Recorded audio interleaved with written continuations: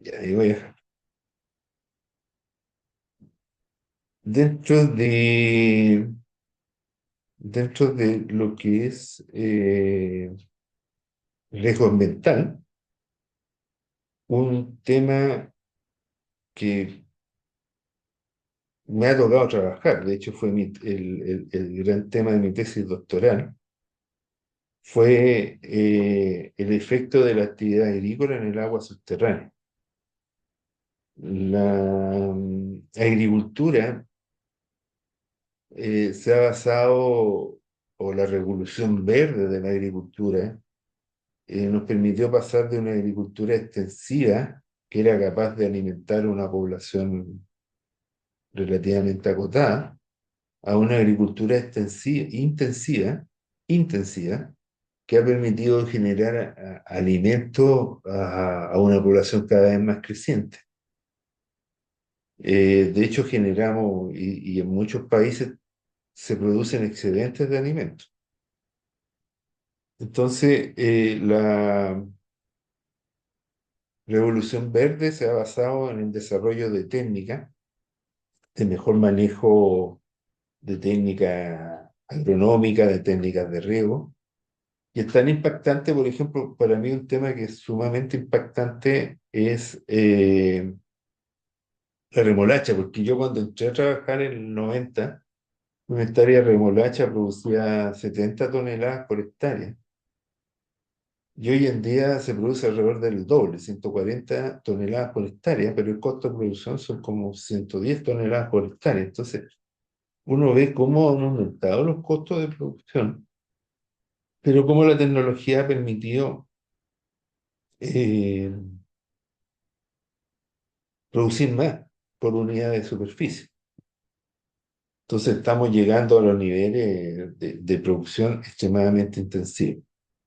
Mi primera aproximación, que fue mi tesis doctoral, fue en el centro de Estados Unidos. Y cuando digo el centro de Estados Unidos, es que realmente era el centro de Estados Unidos, ahí se fijan. Y este es el cordón maicero, entonces es una zona donde tenemos miles de hectáreas que están produciendo maíz y con la mejor tecnología disponible.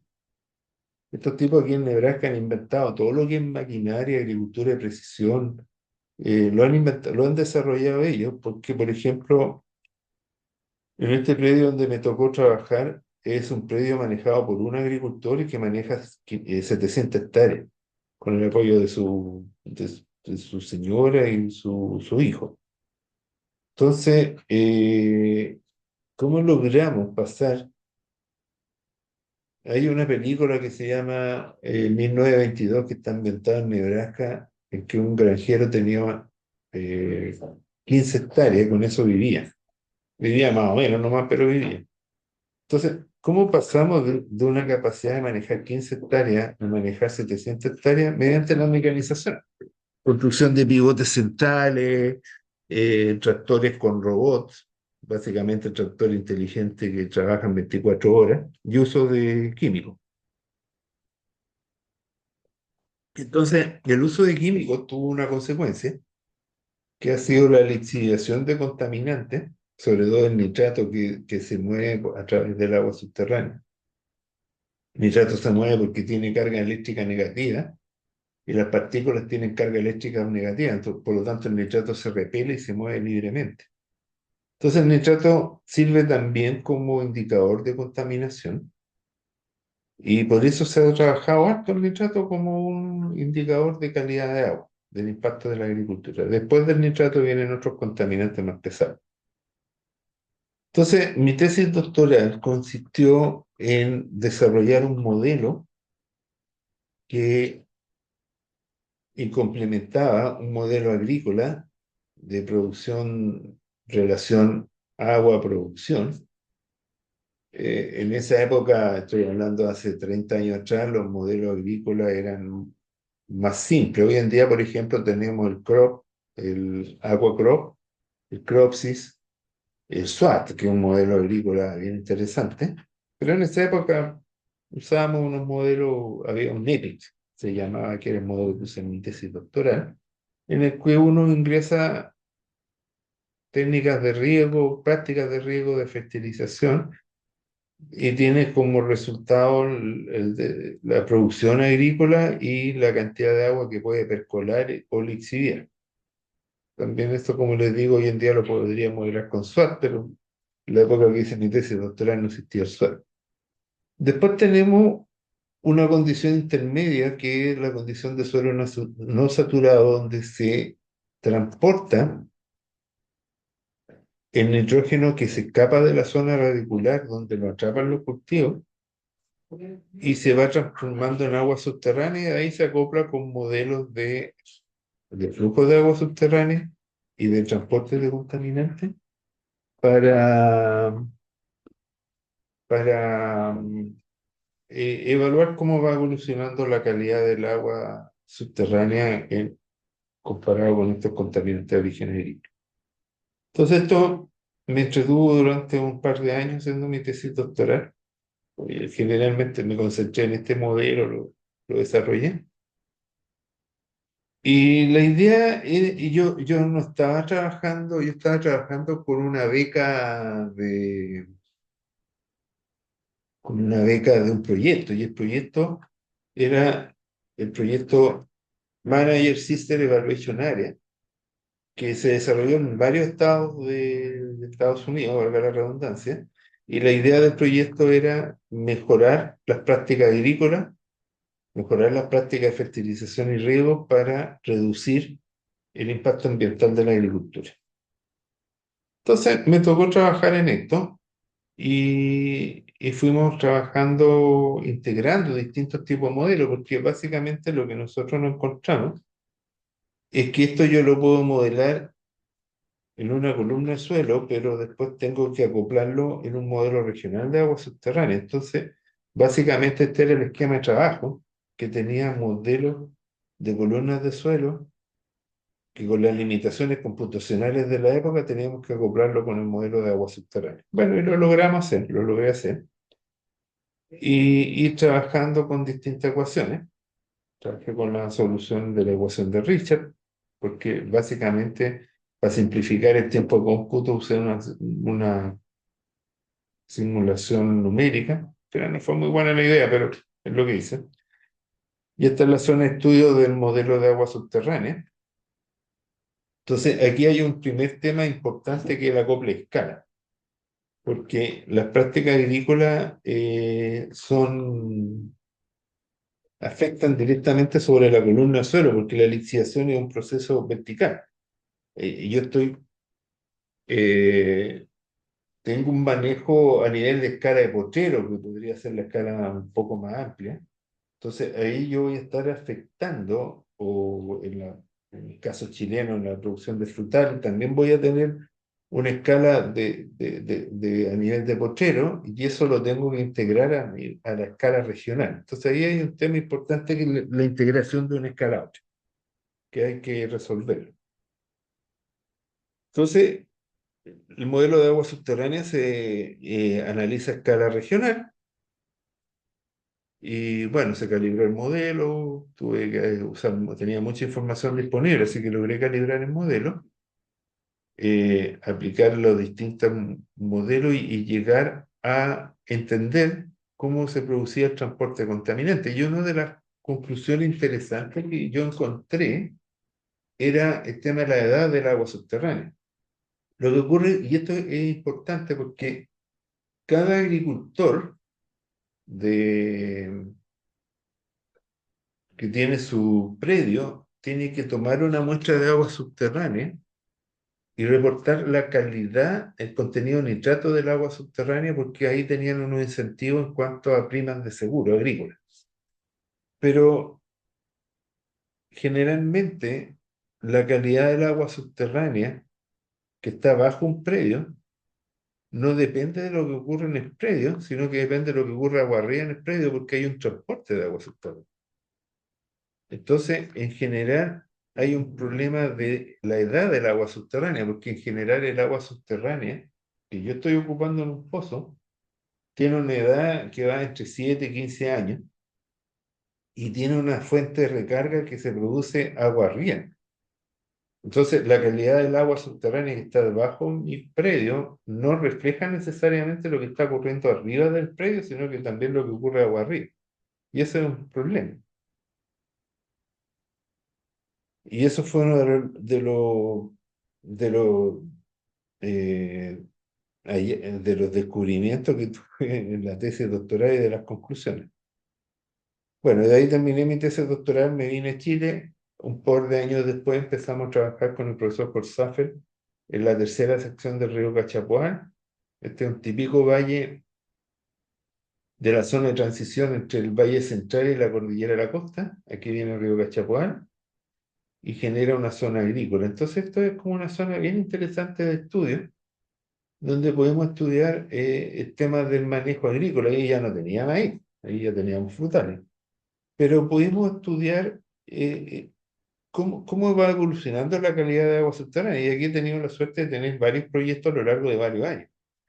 Entonces, eh, el primer proyecto que fue en el año 2000, y tuvimos bastante trabajo analizando a nivel predial para ver cómo eran los balances hídricos eh, a nivel de un palto, por ejemplo. Y aquí tengo unas tazas de cerámica de lixiviación, midiendo humedad, tomando muestreo de calidad de agua y pudimos determinar en realidad las malas prácticas agrícolas que se hacían y cuál era su efecto.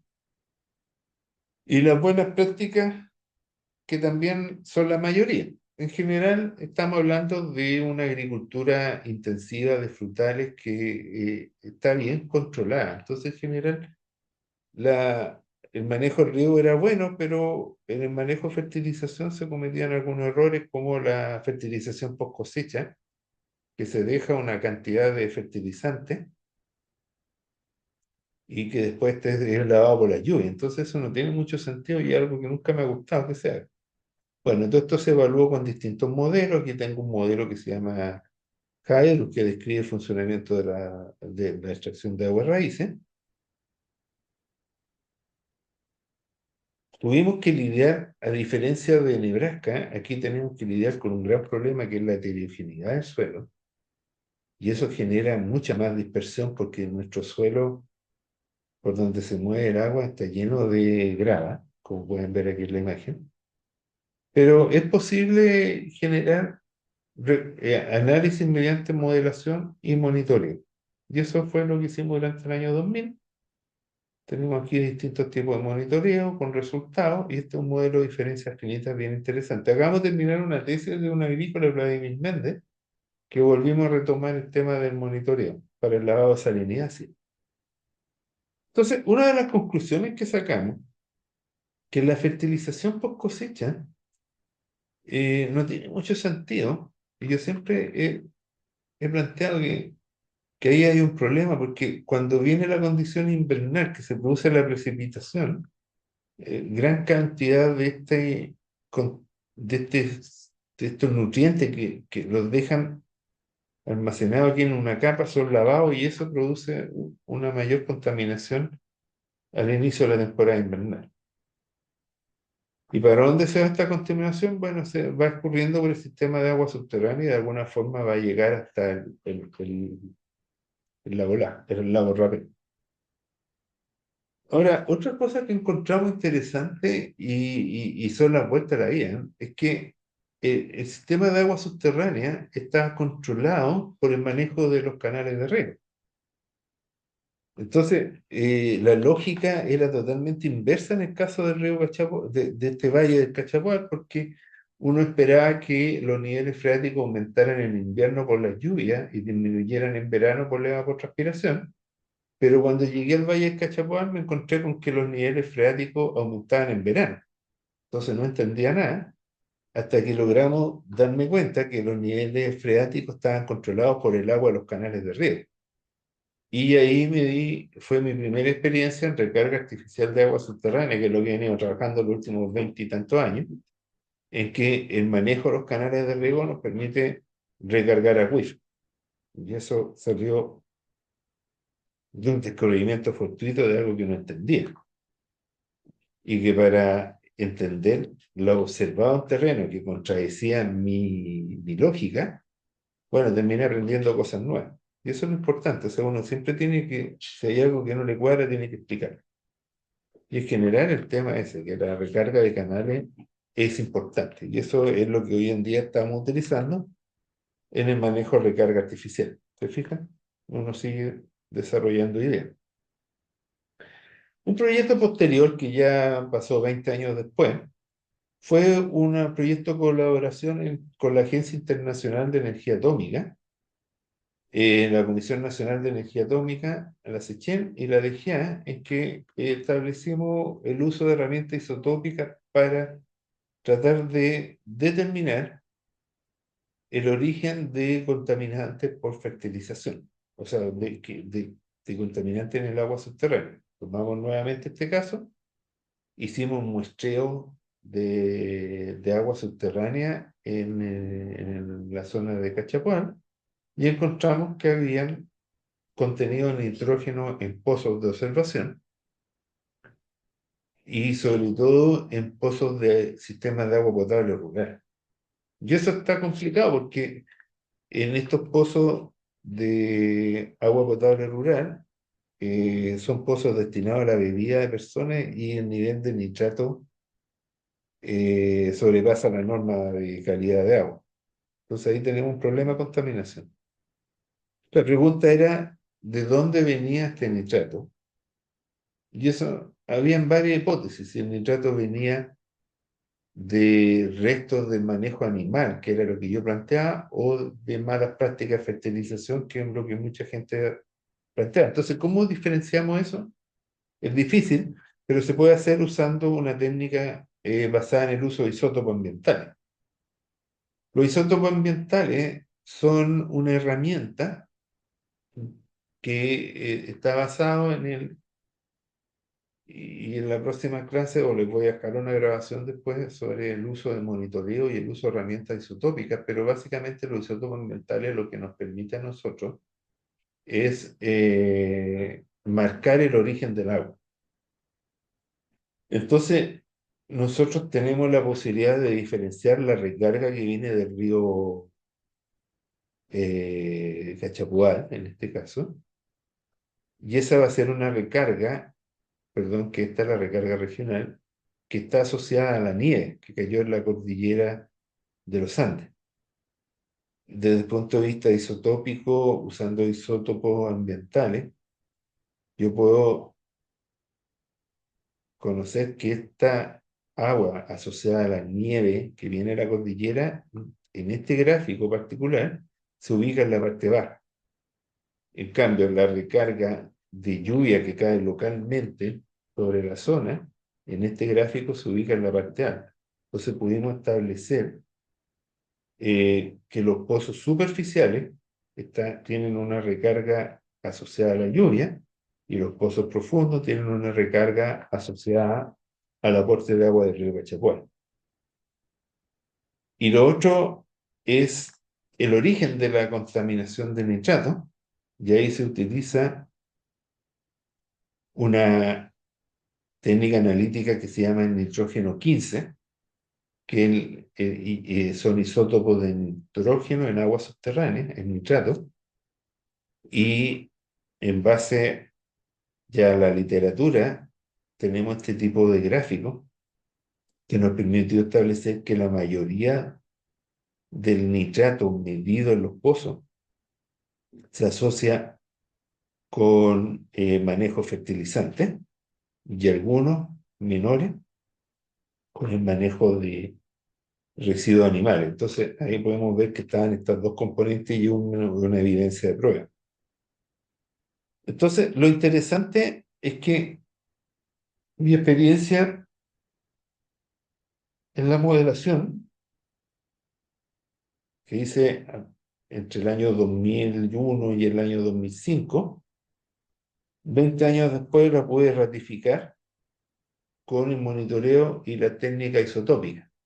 Entonces ahí uno llega a la conclusión de que es posible ratificar resultados de modelación donde habían algunas dudas y ratificar eh, concluir elementos relevantes a partir del uso adecuado de herramientas de modelación y de herramientas de monitoreo. Y eso nos va mejorando la conceptualización. Entonces, esto es extremadamente importante porque nos permite concluir, por ejemplo, que el ingreso de nitrato está asociado a malas prácticas de fertilización, pero también a mal manejo de los planteles mm, del ámbito pecuario, que también es una actividad agrícola. Entonces, es bien potente esto porque nos permite lograr conclusiones que de alguna forma apoyan el tratar de desarrollar mejores prácticas de manejo en la zona para proteger la calidad de agua.